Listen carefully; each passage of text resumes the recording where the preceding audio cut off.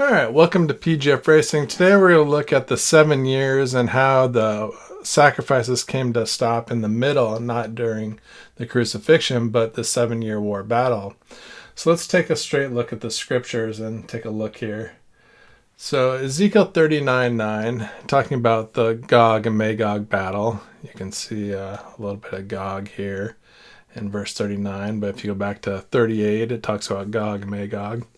So Ezekiel 39:9, and they that dwell in the cities of Israel shall go forth, and shall set on fire and burn the weapons, both the shields and the bucklers, the bows, the arrows, and the handstaves, and the spears, and they shall burn them with fire 7 years.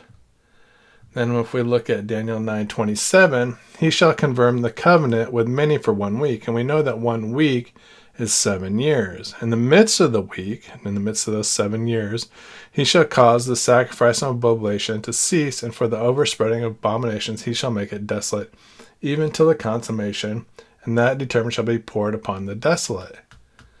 On the desolate, not the righteous.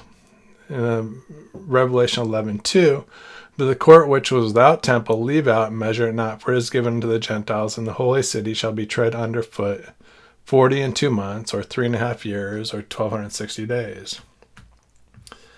Then in Revelation 12:11, and from that time the daily sacrifice shall be taken away, and the abomination that desolates set up. There shall be 1,290 days. So after that time period that the temple is destroyed, there'll be 1,290 days. And then in verse 12, blessed he that waiteth and cometh to 1,335 days. So you can see that blessed are people after the fire, after the destruction, where most Christians want to say that these things are done away with, or that there'll be no more people on earth, there'll be no survivors of the fire. But clearly there are survivors, because there's blessed are those that come after the fire.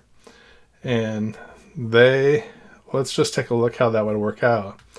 So basically, Vespasian shows up on the scene in spring of 67. The exact date's not known for sure, but we can backwards figure it out because it's believed the temple was destroyed around August 30th in 70 AD. So if we subtract 1260 days, it gets us to March 1967. And we know by history, if you look up history books or search on the internet, you'll see that Vespasian Titus showed up spring of 67.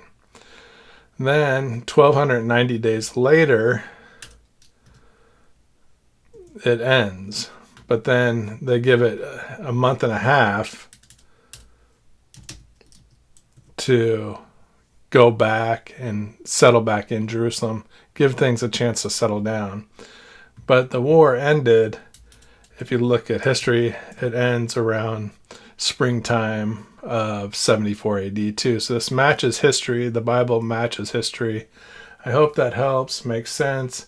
And you can see in the midst of the week when the temple was destroyed, then they were no longer able to do the sacrifices. As always, love you lots. PGF Racing out. Have a great day.